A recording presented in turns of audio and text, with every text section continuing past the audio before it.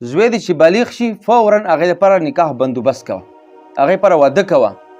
او که چېرته تا وس رسېدو او ته هغې دپاره واده ونه کو، هغې ګناه وکړه، نو تور سره برابر ګناه کې شریک یې. ډېر خلک وایي چې زوی ته به هالې واده کوم چې هغه په کاروبار ولګېږي، هغې ته څه ډیوټي میلاو شي. نو ته چې دی ډیوټي په انتظار کې وې چې دې ته به ډیوټي میلاو شي، دې ته به کار میلاو شي، دې به هلته بل کار شروع کړی وي، بیا بله ډیوټي به یې شروع کړې وي. نو چې زوی دې بالغ شي فورا خپل زوی ته واده کوه. ځوانانو ته هم پکار دی که چېرته پلارانو ورپره ودونه نه کول او دو ته یقین و چې مانه ګناه کیږي، نو خپله ځانونو لپاره د ودونو بندوبست وکړي. چې پلار دپاره نه کړي خو خپله ځان دپاره واده بندوبست وکړه. نور هغه به ګناهګار وي په دې خبرې باندې چې هغه وس لرلو او تا دپاره یې واده نه کول.